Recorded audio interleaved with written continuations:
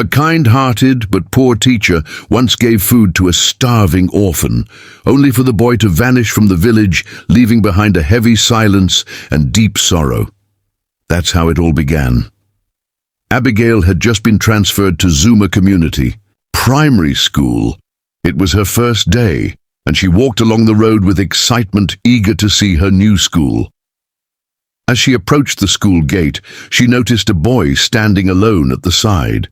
He looked deeply troubled. His school uniform was dirty, torn, and hung loosely on his thin frame. Abigail walked up to him gently and asked, "Why are you standing here? Why haven't you gone into the school?" The boy looked down and quietly said, "My clothes are torn. My classmates will laugh at me again, and I'm very hungry."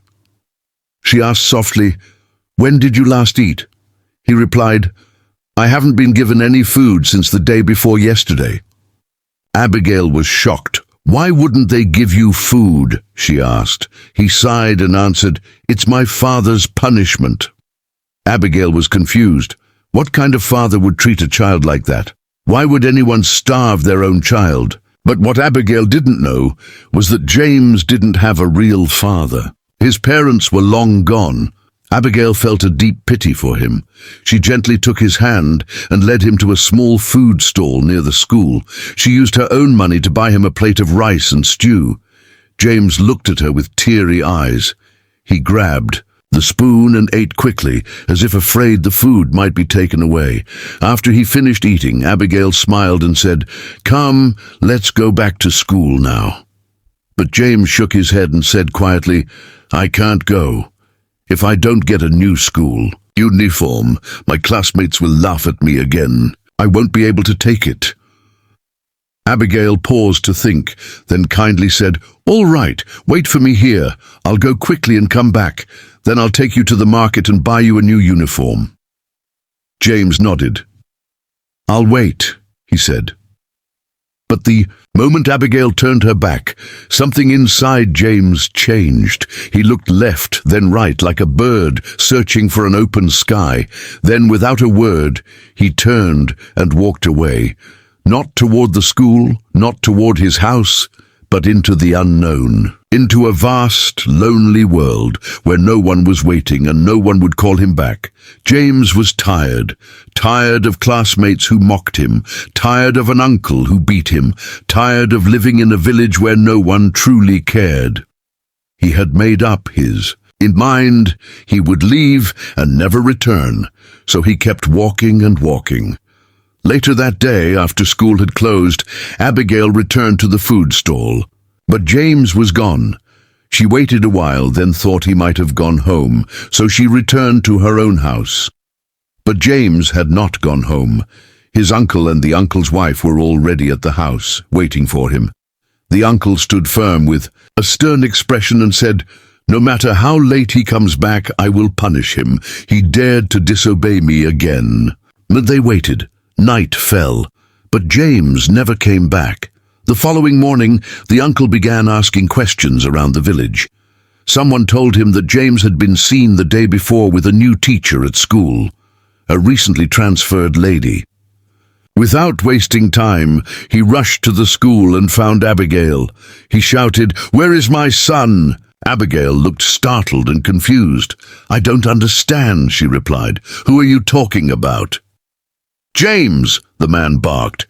"You were the last person seen with him here. Where is he?" Abigail stepped back. "I only helped him. He looked hungry and upset," she said gently. "I gave him something to eat, that's all." Furious, the uncle stormed out of the school compound and headed straight for the police station. Meanwhile, the headmaster called Abigail into his office. "What happened between you and James?" he asked. Abigail told him everything. He was hungry and tired. I gave him food and asked him to wait for me so I could take him to the market and buy him a new uniform. But when I returned, he was gone. The headmaster rubbed his head, puzzled.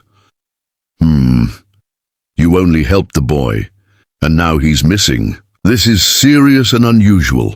While they were still talking, the uncle returned, this time with a police officer. Pointing straight at Abigail, he shouted, "That's her! She's not a teacher. She's a ritualist pretending to be one. She has kidnapped my son." Abigail stood up, stunned. Her voice trembled as she spoke. "I just helped him. I only gave him food. I didn't do anything wrong." Tears rolled down her cheeks, but the police officer didn't listen. He arrested her and took her to the station. There, the questioning began. "Where is James? What did you do to him? Are you working alone?" Abigail could only cry and repeat the same words. "I don't know. I only helped him." But far away from all the shouting and accusations, the real story was very different.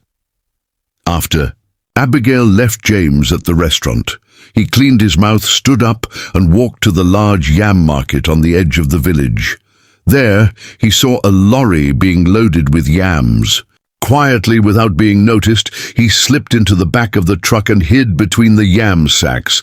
No one saw him, not the driver, not the market women, not even the loaders. James hadn't disappeared by magic. He had chosen to vanish. That same morning, before Abigail met him, James's uncle had forced him to make a tough decision. "Choose between school or farm," the uncle said. "If you pick school, then you must leave my house forever." His uncle had no interest in him going to school anymore. He only wanted James to work on the farm. But James loved school. He wanted to learn, to read, to grow into a better person. Life on the farm was filled with hardship.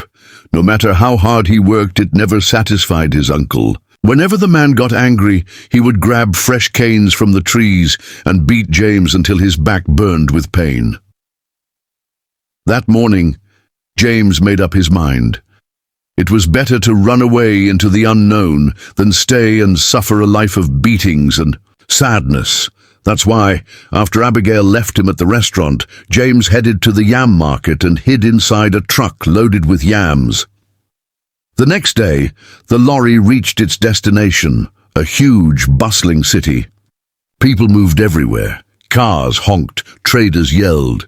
Before the driver could climb down, James quickly jumped out of the truck. He looked around, tall buildings, unfamiliar faces. No one knew him, no one called his name. James was completely alone. He had no idea where to go, but one thing was certain: he was never returning to that village. Never. Meanwhile, at the police station, Abigail was facing torment. The officers were harsh and unrelenting. Their voices were loud, filled with anger and suspicion. One officer banged the table and shouted, "Do you even understand what you're getting into? If you don't bring out that boy, you might spend the rest of your life in jail." Another officer leaned in closer, eyes full of doubt. "She thinks she can take someone's child and come here with some made-up story. You expect us to believe you just bought food for a boy and he vanished. I've worked in this village for over 5 years. No child has ever gone missing." But despite all the yelling, threats, and attempts to shake her, Abigail held firmly to the truth. Her voice remained quiet but steady. "I only helped him. He was hungry and tired. That's all I did. I swear it." She was locked up overnight, surrounded by cold walls and silence. With fear weighing heavily on her, she clung tightly to her innocence like armor. The next day, her husband and their little daughter arrived from their village. Her husband stepped into the station, his eyes weary, but his steps strong.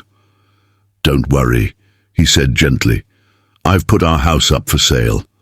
I'll sell it and hire the best lawyers. We'll fight this together. I won't let them break you." Abigail's eyes widened. "Please don't," she begged through tears. "Don't sell our home. Don't do this because of me." But he slowly shook his head. "I can't stand by and let you spend your life in jail. You did nothing wrong, and I'll prove it."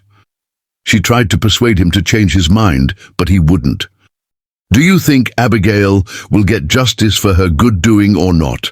I will like to hear from you. Drop your comment. Watch out for the part 2 of the video, and don't forget to give this video a like, share with your loved ones, subscribe, and turn on the notification bell.